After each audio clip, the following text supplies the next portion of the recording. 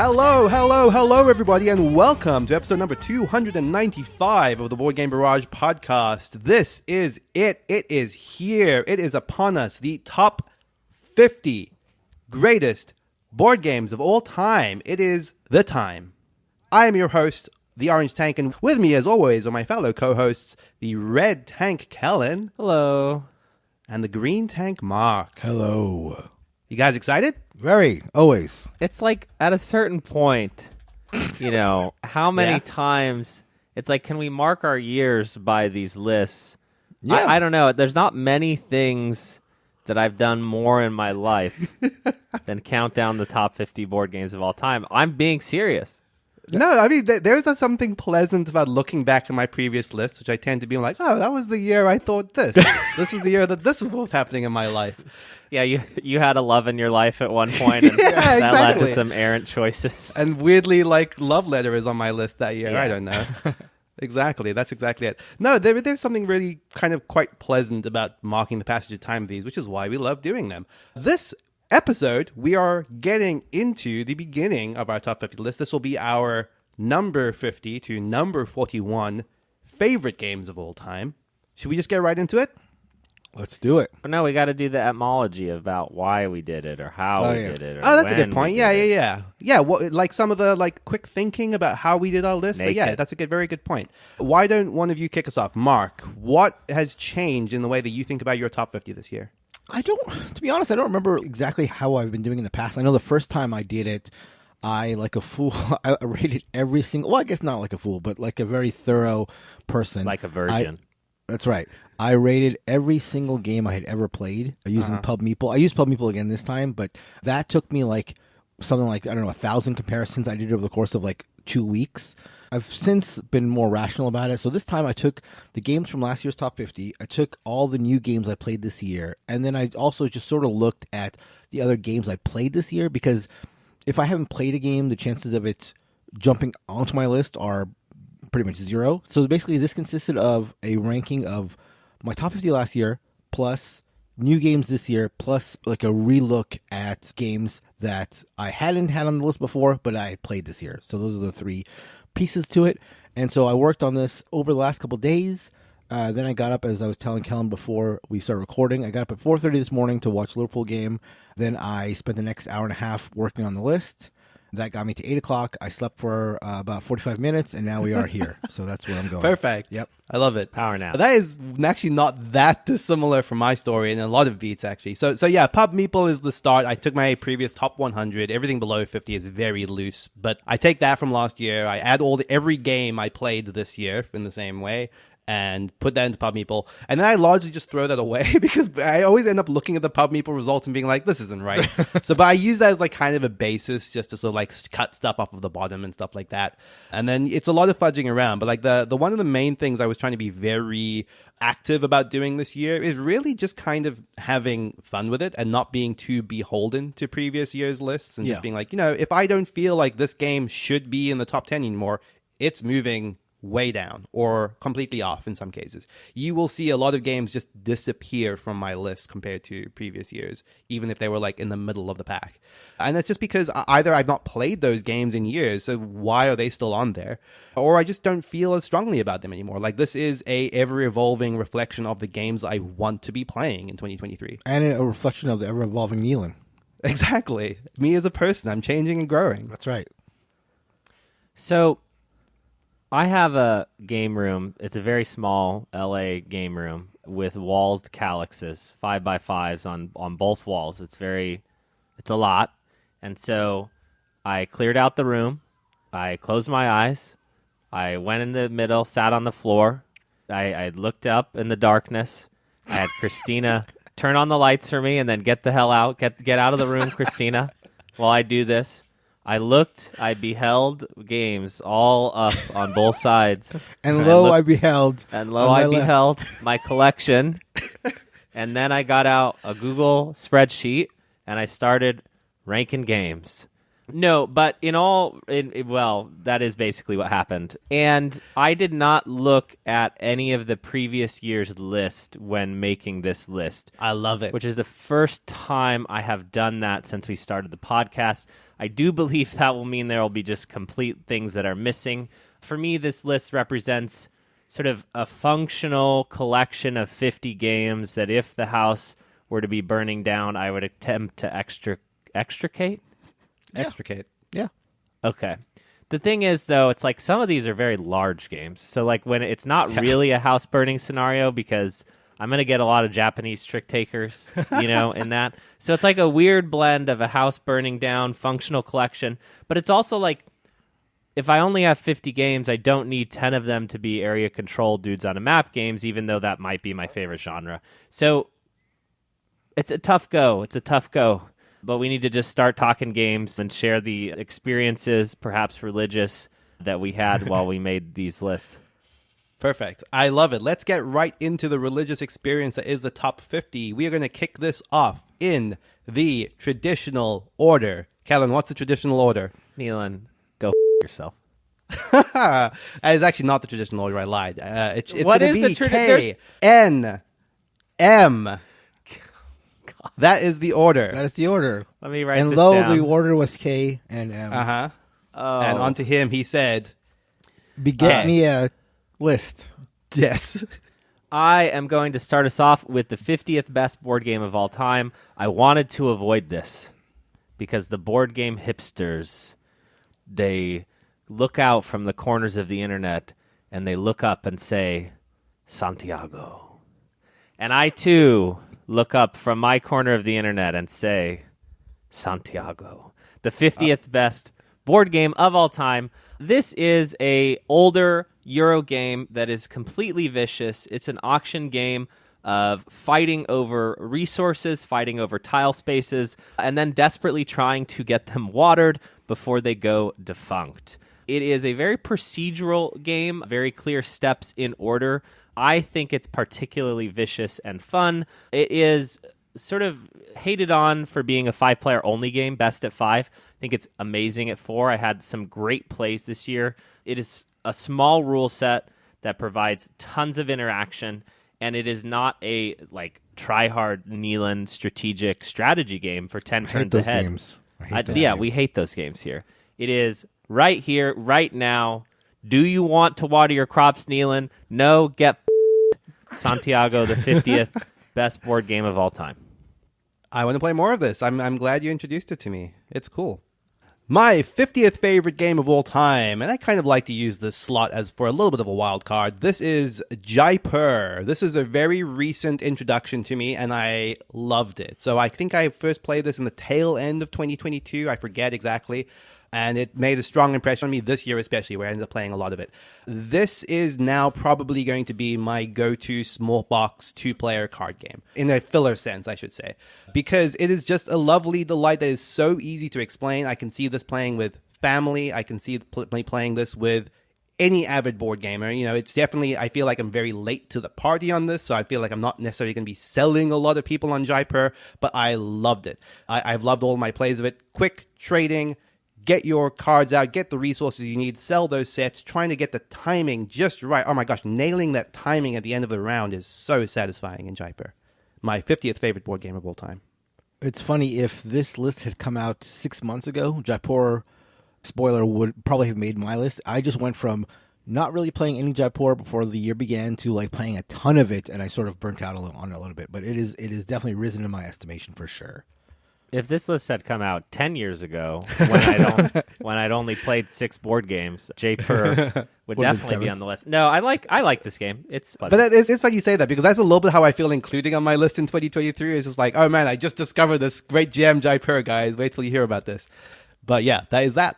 Speaking of life changing, either over the course of years or in an instant, my 50th favorite game of all time would not have been on the list had I missed my flight to PAX Unplugged, for example, or if I had gone to a different table during that Saturday afternoon at PAX Unplugged, because my 50th favorite game of all time is one that I first played at PAX Unplugged. I've since played it one more time since then, so this is new to my gaming experience, but Findorff, I have really, really enjoyed since playing it at PAX. This is Friedman Fries's, one of his latest games. It is a rondel city building sort of economic game with a lot of different things mixed in. I talked about this, I think, on the last episode of the show, so you can listen to that if you want more details. But again, it's sort of Frieza taking a lot of common mechanisms and mixing them together in fresh ways. So it really, really surprised me. I knew Frieza games would always sort of be interesting. They can be quite hit or miss. The board and the presentation left a lot to be desired, but once I started playing it, I was just really, really intrigued and refreshed by the interesting ways that Frieza has taken on rondels and hand management and all that stuff. So a nice little game. My 50th favorite game of all time, Friedman Friesa's Findorff. I did not know you liked this that much, but it does make me want to try it. Though you're very wrong on Power Grid, so you don't support Friedman Friesa at his best, so you shouldn't have him at his worst. Yeah, he's Findorff. Liking Power Grid from Friedman Friesa is such a common... Oh, yeah. Yeah. That's the common listener. This is all about Findorff. Yeah, the latest hotness. If you really knew about Frieza, you'd realize that this overlooked gem was the key to his... No, it didn't seem too complicated either, right? No, it's not. No. Yeah, that's what I want. Not complicated and super fast, which I really like too. Now you're speaking to me. Okay, my 49th favorite board game of all time, I believe, has been on the list every year, but I don't know because I haven't checked, and that is Genoa, a trading game that I just can't get to the table. Note, I didn't say I can't get it tabled, said I can't get it to the table. In Genoa, you are trading and auctioning every turn, every action. You take your turn, but every time you move your disc, you're going to everybody saying, guys, please, like, we got to talk about this. Do you want me to go this way? Do you want me to go that way? People are putting in their bids. It's like Zoo Vadis is for babies, and Genoa is for kings and queens among us. It is a little long. I wish someone would come in with the 2-hour rev of this. Yeah. But if you like the sort of... And I love Zoo Vadis, just to be clear. I know you're listening, Bitewing Games. If you like negotiating... and you're okay with game length, Genoa should 1,000,000% be on your list. It upsets the Euros. It upsets the negotiation-only players in equal measure, which is right where I want to be. Genoa, or Traders of Genoa, just a gem of a game. Absolutely love it. My 49th favorite game of all time is a re-entry to my list. I believe this had been on previous years, kind of slipped off last year. This is The Great Zimbabwe. This is, I mean, spoilers, I suppose, my second favorite Splotter game. I adore The Great Zimbabwe. It's fresh in my mind coming off of Kellen having played this and us talking through some of the things I love about Great Zimbabwe. I continue to play this online occasionally. It's a delight. It is kind of Splotter gaming at its heart, which is to say complex, inscrutable trading and facilitating between players, but in a way that still just feels very novel. And while it is quite a complex game, the game itself, the heart of the game, is not in the mechanics. It's in how you're interfacing with a system and how you're doing that more effectively than other players. You are seeing an opportunity in the market and you are capitalizing on it as effectively as possible and as quickly as possible. And that just gets to the heart. I mean, this could be the most capitalistic food chain magnate theme in the world, but then it's wrapped in this core of just African tradesmen in a very lovely way. I love the way that the gods give you really powerful powers that you are then trading off with victory points, as in your race. It is ultimately a victory point race at the end of the day. Your race gets shorter or longer depending on the powers that you're drafting. I think that's great. The Great Zimbabwe. Fantastic game, my number 49. I love this one, and I was concerned it would be more about plotting out the supply lines and less about the sort of decisions, economic, what you price your stuff at, what you build, and where you build. And it felt like it was a lot more, and the turn order.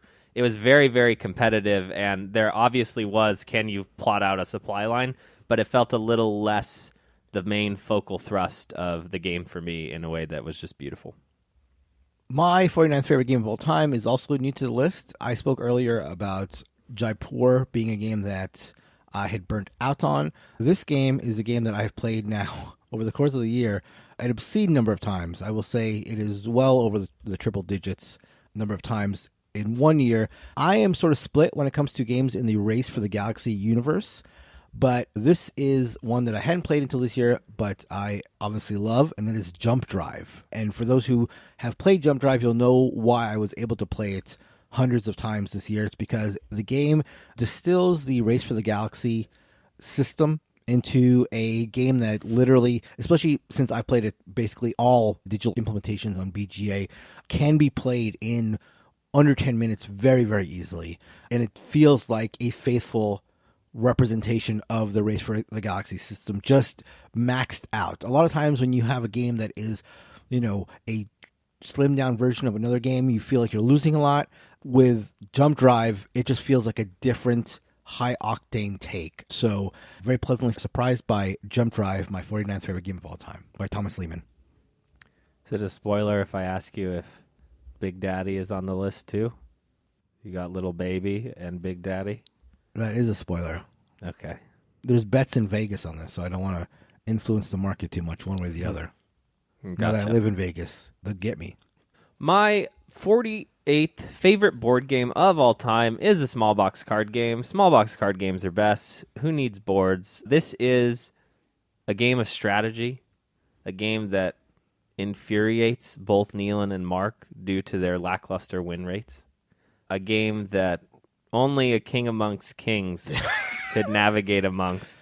Six Nimmt, the classic card game of playing a card out, hoping it's in the right hop, and not getting got when that pile gets too big.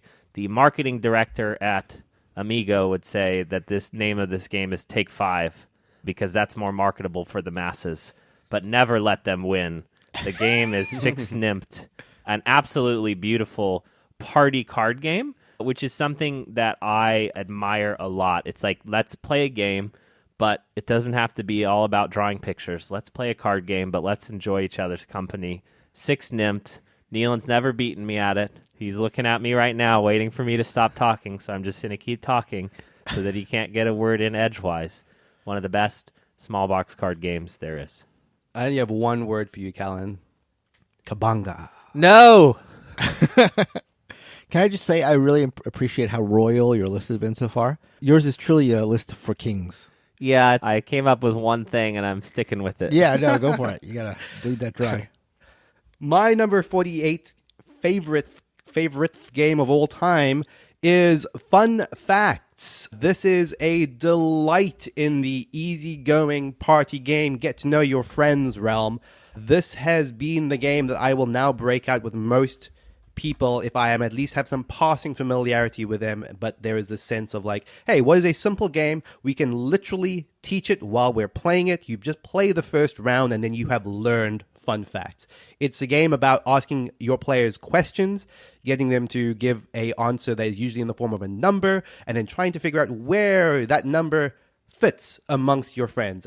Do I think I am better at this than Kellen? Do I think that I feel more strongly about this than Mark? That is the whole game. It's a cooperative game. You see if you will position yourself correctly. Easy, repeat, lovely. This is my flavor of the sorts of games that Mark loves, those True Colors, Scruples games. A little bit more light, a little bit less stressful, just easygoing pleasantness. Fun facts. Pleasant until arm wrestling comes up, right? Yeah, exactly. Dude, I think some of those cards are designed to try to get that to happen. Because my family, one was like, how far can you throw your shoe? That's great. I love that. And then, like, literally, we were, like, taking off shoes and starting to walk outside, and my dad was like, guys, we're not doing that. And I love that. Like, we wanted to stand out at the, just, like, toss them, as far as you can. I love Yeah, that. actually made me feel like the version of Fun Facts that is all just silly challenges you can do. Yeah. That would be great. That would be great. All right. Speaking of kings, my 48th favorite game of all time is sort of an homage to a king that may be falling. It is down 16 spots. I think it's been falling consistently, and that's because I haven't played Cthulhu Wars in some time. I still have fond memories. I still want to play it, but it is a big ask, especially for people who are not familiar with it. For those who don't know, Cthulhu Wars is a Board Game Barrage favorite. We'll see where it lands this year on various lists. But it is a minis, crazy powers, dice chucking, battle everywhere, Cthulhu monsters, big plastic miniatures, monsters arising out of the sea suddenly and doing war. A game that I've enjoyed. I enjoy how crazy it is. I enjoy the crazy asymmetry, the way you can unlock powers in unique ways, but just one I have not been able to play in some time. So Cthulhu Wars needs to get back on the table sometime this year, or I think it may be not long for the list. That is my 48th favorite game of all time, Cthulhu Wars, down 16 spots. You don't have to twist my arm That's an expression, right? Yeah. I've never used it before because it sounds terrible, but Oh. I But just, now it's like documented. Now it's, yeah. yeah, for all time.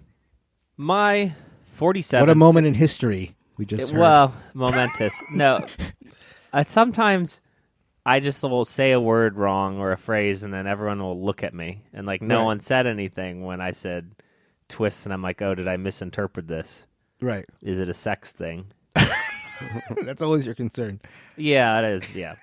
My 47th favorite board game of all time works as a party game across sort of different types of strata, which is that if you are just trying to laugh and joke around, it works. If you are trying to try hard each other to hell, it works. That is Balderdash. Specifically beyond Balderdash, but now just Balderdash for marketability purposes, executives. In Balderdash, you are given my favorite category is movies, and a movie title, and everyone has to write the description of that movie title. They make it up, whatever. It's like, they don't do movie titles you might know, like One Flew Over the Cuckoo's Nest, but they may do a weird, obscure movie title, like With Six You Get Egg Roll, and then everyone has to write a movie synopsis about that, and one person puts in the real synopsis, and then everyone laughs and cries. My thing in this game is I always divert to just trying to make people laugh. So that usually is about making like a serious beginning to the plot summary, and then the end of the plot summary is like, oh God, like this can't be the answer. There's also dictionary definitions, I believe laws, acronyms. It is a little bit more of a like writing exercise. So you need a bit of a creative group, but I find this works really, really well with certain types of groups. This is a game I could never get rid of. I'm very happy to own. Balderdash, my 47th favorite board game. I love Balderdash. I haven't played it in years and years and years and years, but I used to absolutely adore playing Balderdash. Yeah, same. Why aren't we playing Balderdash? I don't know. We could all just you're be playing Balderdash. all Too the time. busy doing stuff with camels in Yeah. Jaipur. Exactly. My 47th favorite game of all time is kind of a weird one for me. I was surprised to learn that this had never appeared on my list, despite the fact that it cannot be killed, and that is Splendor. This is resurging. I can tell you exactly why, because of Splendor Duel. I have been adoring playing Splendor Duel, but in simpatico with that, I'd be playing a lot more Splendor, because it's just kind of this joy of rediscovery of how great Splendor is.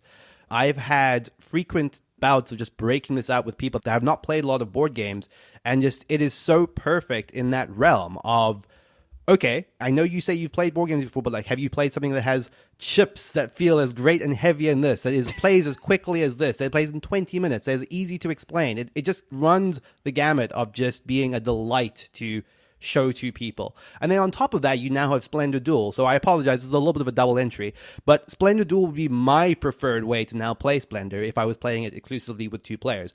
I think the way that the game is now being heightened in specifically that two-player realm, giving you a little bit more of that little game of chicken of who is going to be the person that's going to replenish the gems, that little game of tug of war that you get exclusively out of two-player games, is great. It's a great addition to Splendor and just revitalized my love for the game.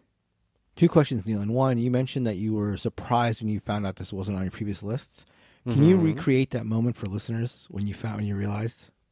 In the audio format? In audio format, yeah. Perfect. Yes, exactly. Wow. Yeah, That he was really way surprised. better than I expected it See, to that's be. what I thought, because people would have listened to that and thought that he was mildly surprised and maybe just like lifted yeah. an eyebrow or something, but I knew there was more to that. I was flabbergasted. Yeah, no, Edit clearly. it forward, Mark, so that it's in there, right, when he says I was surprised, and then do the audio, and then just let this run. Yeah, that's a good idea. Second question, do you have a preferred player count? For Splendor Duel? No, for Two Splendor. people. Wait, was this Splendor or Splendor Duel? Sorry. It's kind of a double both, but for both. But no, I would say I do actually think that Splendor is very good at two players. Yeah, like I agree. I've mostly played Splendor at two, and I think it's lovely in that realm. Yeah. Which is why I'm so happy that Splendor Duel exists, because to me it is a better game of a game that I already love. Gotcha. Okay, my 47th favorite game of all time is another one that has dropped. This is one that I have got a chance to play after a long break this year, although it was an aborted play. We didn't get a chance to finish it. And that is one of the reasons why Dominant Species has fallen 14 spots, just because of how long it is. I was really happy to get it back on the table and excited to play it again, and then It sort of just went longer than everybody was comfortable with, and we had sort of a time constraint, so we had to end it early. Also, there is a little bit of the funkiness and the randomness of the cards that come out. For those who don't know, Dominant Species is a game about picking one of the different, was it phylum of animals, orders of animals? I used to know. But so you could be amphibians, arachnids, insects, mammals, reptiles, or birds. Each of them are slightly asymmetric. And then you're fighting for dominance over the evolving landscape, the evolving world. I love that theme. I love how the players are slightly asymmetric. I love how the worker placement works, where it is a fixed worker placement board on the side, and you sort of have to balance what you need to do with the timing of how things are getting done. And just all that I really enjoy. It just goes a little too long, and again, you can get these random cards that come out that really swing things. It made me really want to finally break out my copy of Dominant Species Marine, which is probably what I should have done in the first place, because I've heard it's a streamlined version, so I probably should have done that. But anyhow, Dominant Species is a game that has been dropping on my list. I feel like it probably will drop off next year. Still holding out hope just because I love the theme and the scope of it so much. This is a game where like I feel immersed in the theme. I feel like, this is like a battle for survival. But hoping that I get a chance to play the Marine version, which is, again, supposed to be streamlined, and maybe that replaces it. But for now, Dominant Species, 47 on my list, down 14 spots. My 46th favorite board game of all time. Mark earlier provided a game that was a baby game, as he called it. And then I'm here to bring you the king among kings, Tom Lehman's number one, Race for the Galaxy. A game that I now have the first set of expansions for and have never played. But I just know Christina and I are going to sit down one day and then bust through like 12 games in a weekend. That weekend just has not come yet. Race for the Galaxy is a tableau builder that all tableau builders weep beneath. We recently played through Forest Shuffle, and there's a little bit of like, yeah, we did it, but we could have raced for the galaxy, man. And that's often the comparison, that it's just, why do anything else? Why jump like a baby when you could race? Like a Galaxy. My 46th favorite board game, Race for the Galaxy. The answer I was looking for was king. Race like a king. I've said king like 17 times. But that's the bit. You got to keep doing it. But then I need to say queen too, because it's not just king. Exactly, Mark. Do you think about that? My 46th favorite game of all time was one that I was introduced to at Dice Tower West by Daniel. This is Cuzco. This is now the second game in the Mask trilogy that I've played. It is, in fact, the second game in the Mask trilogy, being a remake of Java. I had played Mexica. I liked it. I was very close to putting it in my top 50 last year. But Cuzco is so much better, in my opinion. Cuzco is a game about placing tiles onto a map to create what ends up being this lovely 3D kind of textured map. Every tile on the map is either a hill or a village. You are growing out your villages, moving your little people around, creating temples. Once a village is of a certain size, you can get a temple which allows you to score. So there's a little bit of a race to be the first person to place a temple into a village. You are also wanting to be the first person to put a festival on a given temple of a given size. The number of people that are in that village is going to affect your score. There's a lot of jostling around for position, trying to find the optimal way to create villages that connect to each other, that will maximize your scoring potential using this action point system, which I also found weirdly improved on Mexica's, even though those games happen in reverse order. Kiesling and Kramer proving again back in 2018, re-implementing a game that they made in 2000, that they are some of the best designers in this realm. I love Cuzco. Have you Cuzco'd, Mark? I have not. You Cuzco'd, Kellen? I have not, no. No one's invited me to Cuzco. I do not have this game, but I'm now going to buy it exclusively so that we can play it together. I didn't think we'd be jumping straight to exclusive, but... My 46th favorite game of all time is another dropper. This has now dropped 12 spots, and the problem with this game is... Why introduce it as a dropper? Do you know what I mean? What? Like, this is We're celebrating it's games, but Mark. I like to splash a little cold water. I like to keep things realistic here. So, but the problem with this one is I just haven't had enough quiet parties. All my parties are just too wild and crazy. Oh, okay. And this is the game. This is a game for a quiet party. This is Ricochet Robots.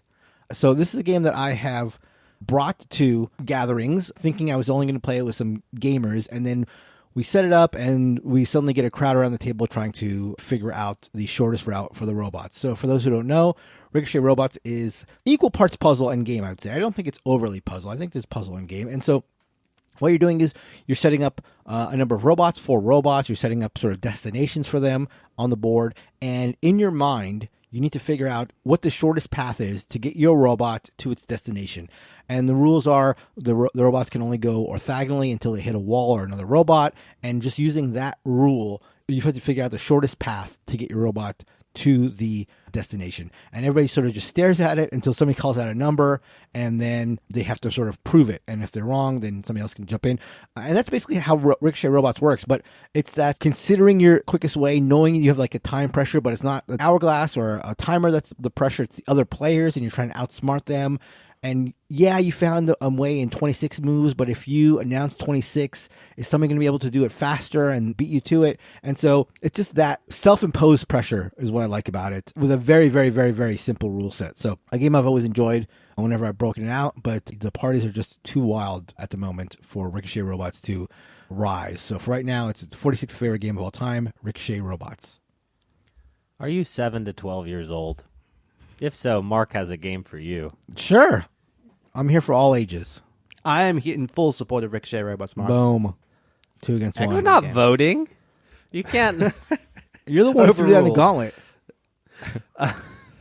My 45th favorite board game of all time is new to the list, and something I grappled heavily with while I sat on a dark floor in the room and held its giant, mighty-sized box. There is a new king of social deduction, but it is not my king, for I prefer less try-hard affairs in my life, and that is Feed the Kraken, a social deduction game with just enough stupidness and silliness that I love it. It is a riff on the Secret Hitler and Resistance heritage, but it is done in the most ridiculous pirate-themed production with the most over-the-top lavish display of silliness. There's something really fun in Resistance and Secret Hitler.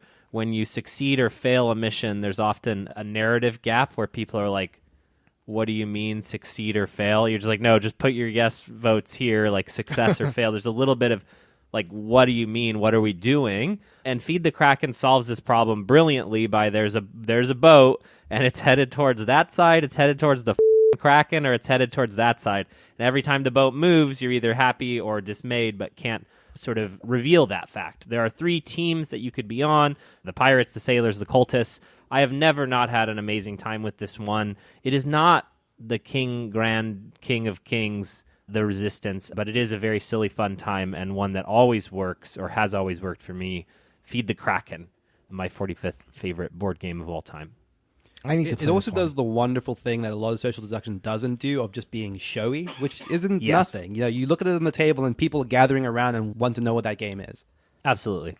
The production does go a long way, but it also makes the box quite large for what is essentially... Oh, yeah. It's great. And I'm excited for Neilan to talk about another game 6 episodes from now and fight him with my Kraken. Uh-huh. My 45th favorite game of all time is Mille Fiori, falling just a little bit here from last year. I have sometimes a lot of doubts about Mille Fiori. I see people that are like, I don't know, it's not all that, I don't get it. And then all I have to do to like put all of that out of my mind is just play Mille Fiori, because it's so good. It just feels so good. It works so well on my brain. I just love the almost... You know, it's funny. Every time I say like a roll and write, I feel like I get Kellen rolling his eyes a little bit. But that roll and write nature, that combo-tastic twice as cleverness of, oh, I'm going to put this thing here, which is going to trigger that, which means I can take this bonus action, which means I can score over here, which gets me 10 points, which means I can score over here, which gets me this.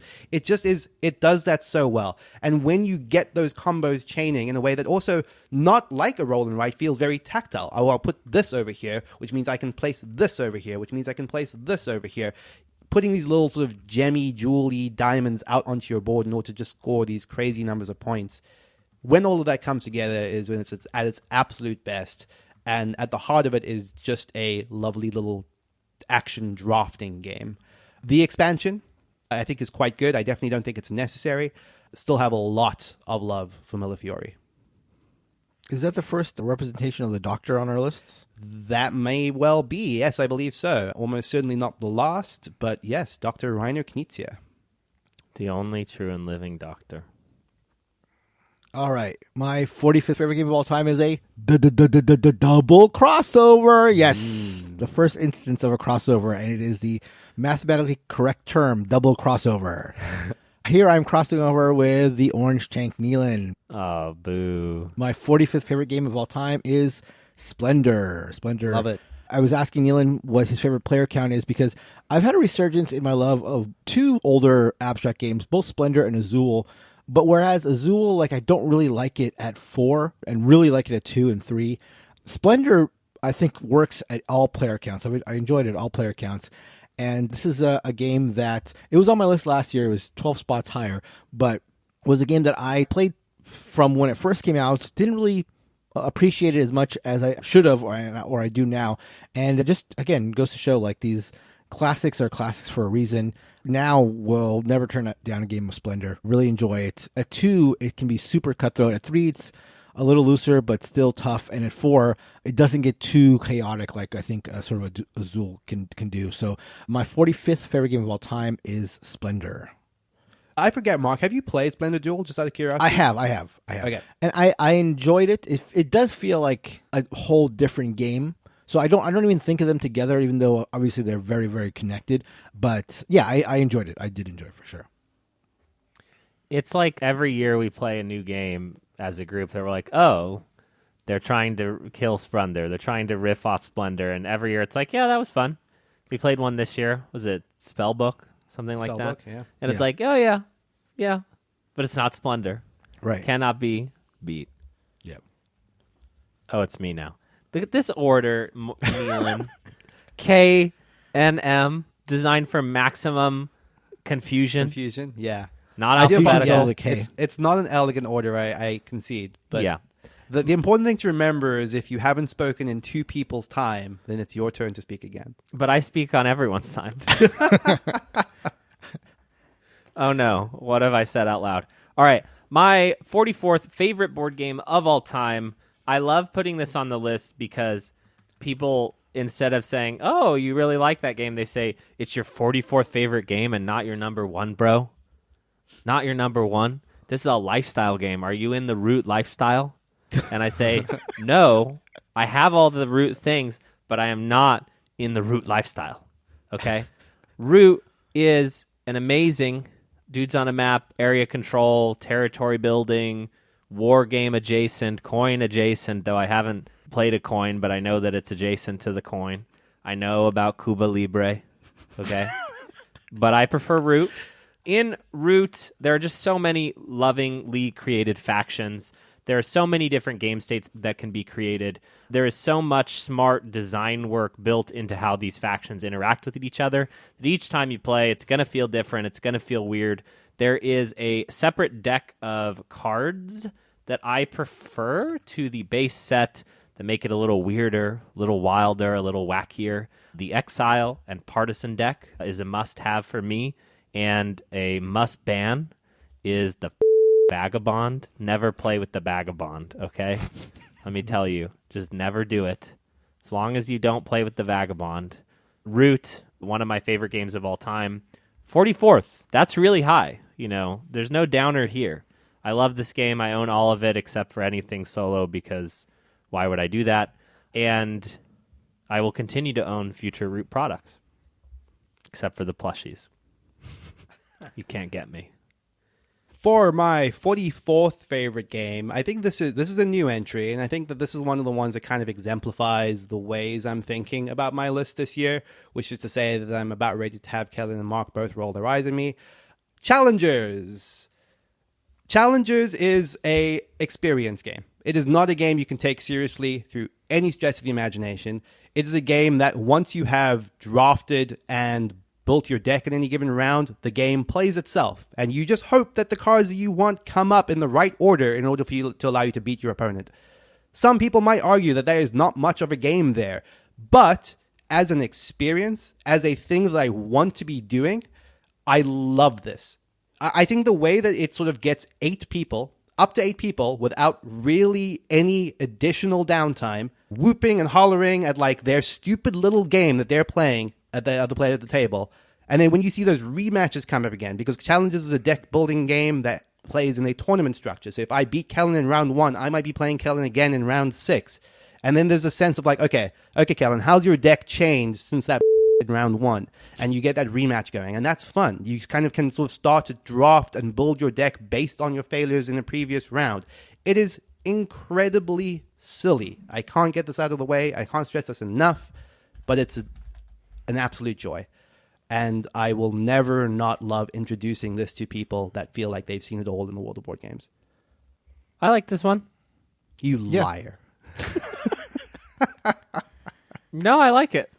It kind I of like makes it too. It makes me wonder if like there's a little bit of like the, sports adjacent fun, have a match and camaraderie both before and after that like that's part of that experience more than the Totally. game. Auto battlers are hard. I've tried to get into the actual video game ones themselves, and I've always churned out just based on like, this is dumb at some certain point when I want to be strategic. But I get it in a live, we're all hanging out setting.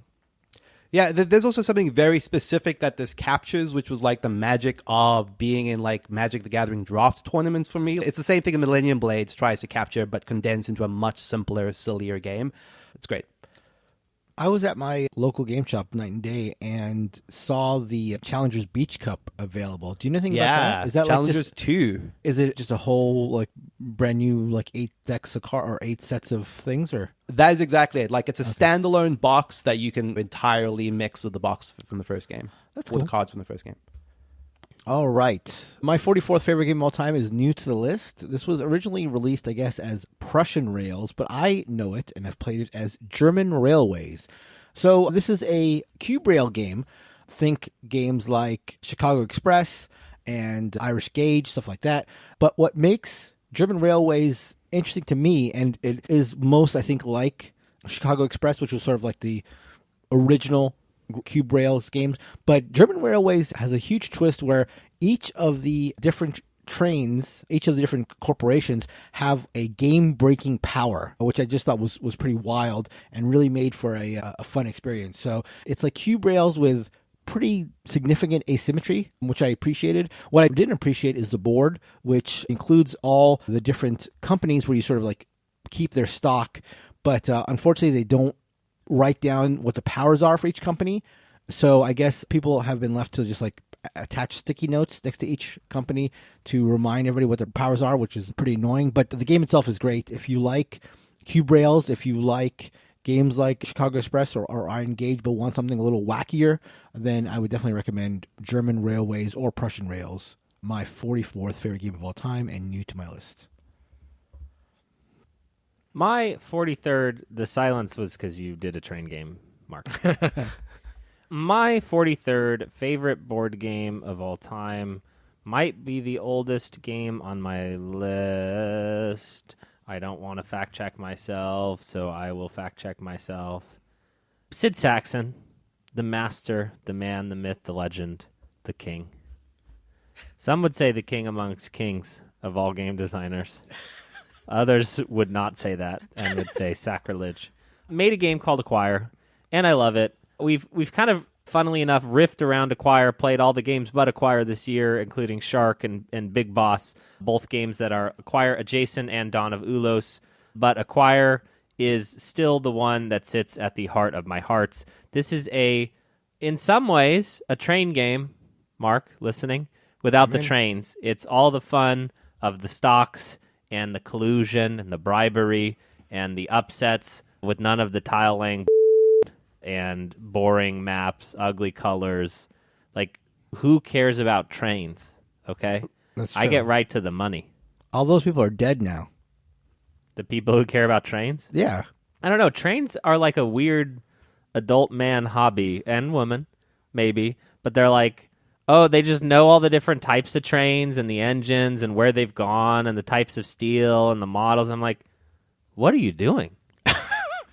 We have planes now. Haven't you heard?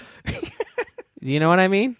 Yeah. And that that's a is good point. why acquires the 43rd best board game of all time. Rest in peace, King Sid. My 43rd favorite game of all time is Anachrony.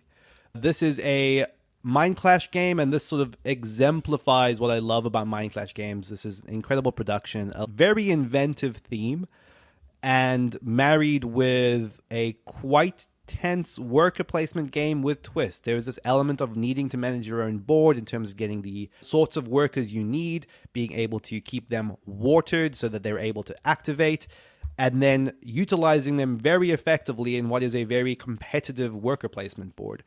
The way that the game escalates over time is kind of delight because you're rapidly accelerating towards a variable end condition, and especially that last round as you're watching the world crumble as you're trying to evacuate off the planet is just a really clever blend of theme and mechanics. I think a lot gets said about the loan system, which is effectively its time travel conceit. I think that is just one cool aspect of a game that has much more going on in it than people tend to want to acknowledge. Also, miniatures. Mech miniatures that you put your little workers in and you send them on your board. What could be better? Power up your workers into mech suits. Anachrony. Mecha meeples. That's what I would call them. You know what I mean? Yep. Because they're like meeples. They're not meeples. No, but they're mechanized. Yeah. Mecha meeples. Mecha meeples. Kellen, can we market that? No. Trademark. And the misuse of the word meeple is Yeah, that was going to abhorrent say. in this hobby. Language is ever evolving. Don't say that to me. All right. My 43rd favorite game of all time is new to the list, but is not new to the world. During the stretch of 2013, let me take you back to 2013. From 2013 to 2015, What's Your Game as a publisher was really had like a nice once-a-year amazing game release streak. 2013, they had Madeira. 2014, they had Zhangao. And then 2015, they had a double header of really good games. Nippon, and the 43rd game on my list, Signorie. Signorie is a game that I played close to release and sort of faded from memory, but I've recently got a chance to play more of it and have really, really, really enjoyed it. It's a unique sort of take on dice drafting where there are 5 different things that you can do on your board, 5 different actions, or I guess categories of actions, and you are drafting dice which will allow you to take those actions, but you have sort of 2 battling incentives to pick numbers that are high in order to make sure that you can take those actions because certain actions require certain numbers, but you're also incentivized to take lower numbers because if the total of your dice falls below 13 in most cases, you get a bonus. And so that part of it I've always found sort of interesting. Also, the fact that it is and many of the same ways at Findorff, you sort of can accentuate your actions. That is a key part to Signorie where you can forego an action now to make an action stronger in the future. Just a lot of really interesting things going on. A game that feels unlike other worker placement Euros, and I always like seeing games where they appear to be one thing, but really they're fresh takes on things you thought you knew. So my 43rd favorite game of all time is Signorie. My 42nd favorite board game of all time is a Martin Wallace game. Mr. Martin Wallace has made many games and has made the number one game, but this is a different version of his number one game because I am not a Care Bear. Because I want the edgiest, hardest of the hard. This is Brass, Lancashire, Lancashire, Neilan? Nope. Lancashire? Lancashire. Lankan? No end in the No middle. end at Just the end. Lancashire. Yeah, I can't say that. Brass, Lancashire. This is an economic... I think, for me, this works across multiple levels because... In many respects, it's just a hand management game. If you combined all the shared incentives and the economic nature of this game, but then let you go willy-nilly, do whatever you want, no rules, it's a splatter like Mark likes, I would detest this game. But because you're forced into more tactical decisions based on what the cards you're given are, your options are somewhat limited, that combination allows it to sing for me as a board game design. I absolutely love this one. It's one that I just need to play even more than I am playing it now, which is not as often as I would like. Brass Birmingham, amazing as well. There's no real hate in my heart here for either version of this. There's no hate in my heart at all. True. Let me just start there for the people speculating. But I love Brass. I love Martin Wallace. I will never turn down a Martin Wallace game except Australia. What were you thinking there, Mr. Wallace? Brass Lancashire, my 42nd favorite board game of all time. For my 42nd game of all time, I had to correct myself earlier when I was talking about Jaipur as my favorite small box 2-player card game. Jaipur occupies a very different space in my brain to Innovation, which if I wanted to play a 2-player small box card game, this would be the one I wanted to play. Kellen is champing at the bit to squeal in delight. I'm happy. You should be. It's great. Thank you for introducing it to me. That's true. Why am I happy? We should be thanking Classic Carl. Innovation, I think it's not spoiling much to say that this is going to get it all the dues it deserves later episodes. But it is a incredible game of finding and exploiting combos and seeing the card that you just drew and sort of watching your eyes light up as you realize how this works with your tableau and how you're just going to be able to wreck the other person with it. And then suddenly that little combo falls apart and you sort of have to be on to the next one. It is a game of ever-increasing, escalating madness that feels so tense. Few games get me shaking in anticipation of being able to do the thing I want to do on my next turn before it all falls apart, like Innovation does. I wish we could do an audio version of that, but alas, I think that's a step too far. My 42nd favorite game of all time is down a spot, but still high on the list. So I'm not being a downer. I'm being an upper.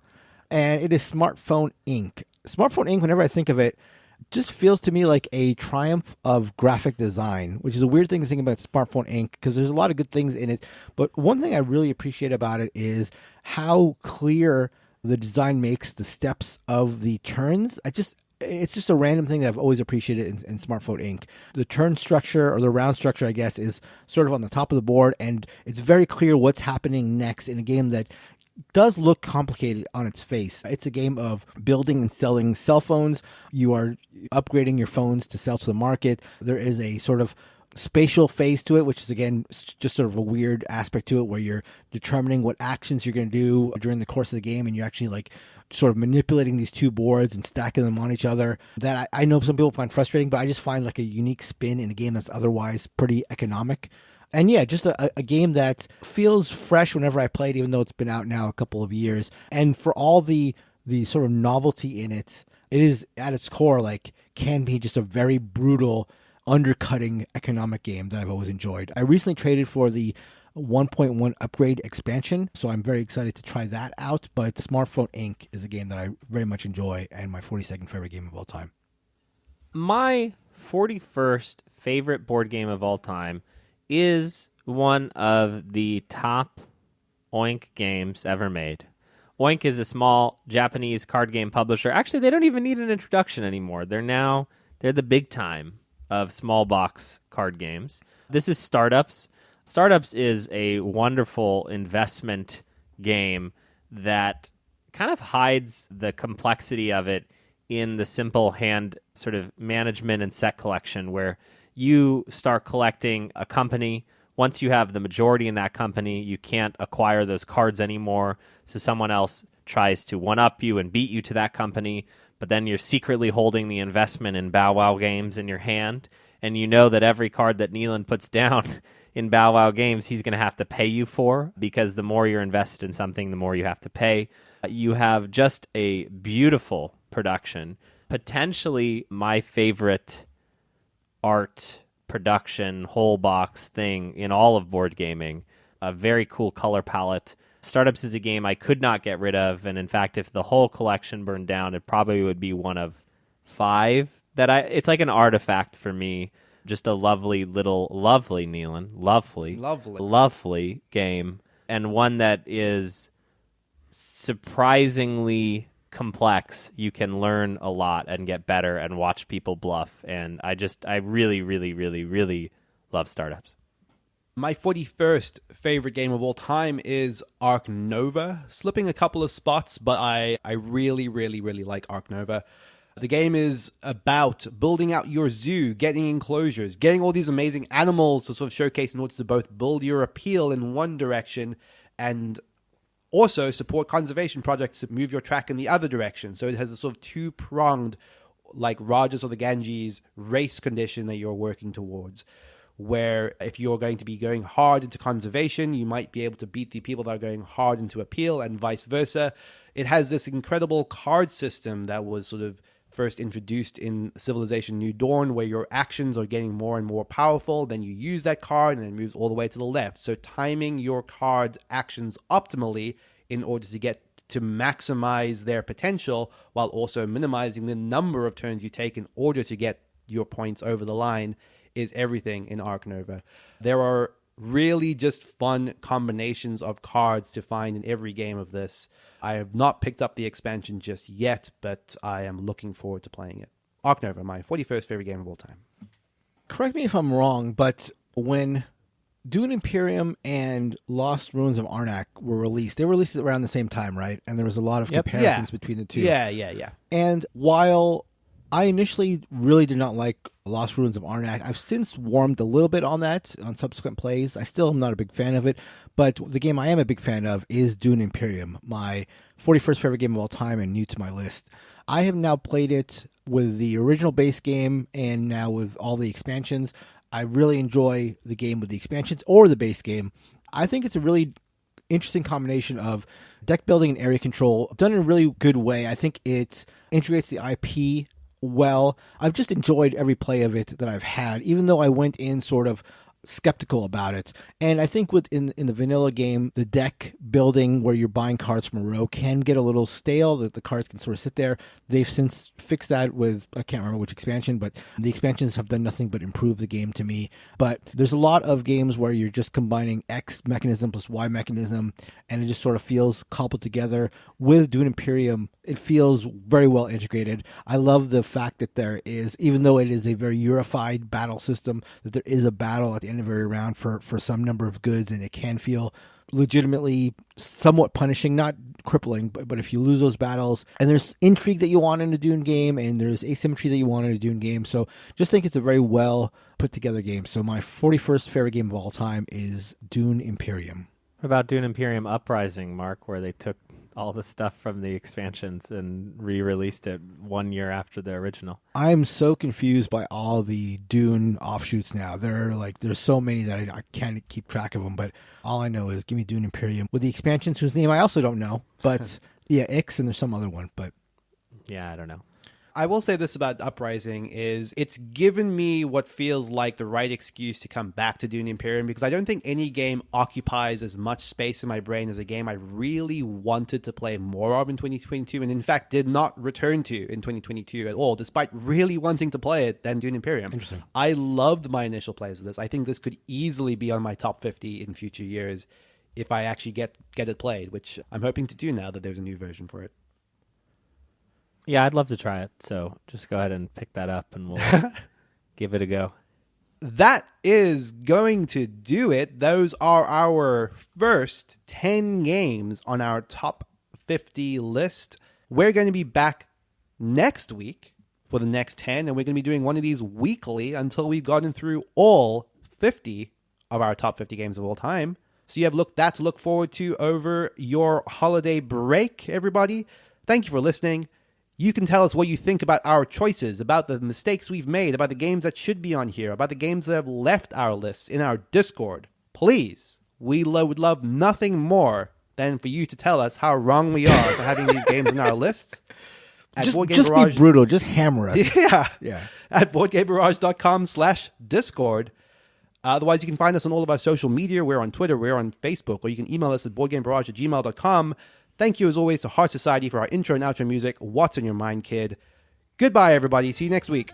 Goodbye. Bye-bye.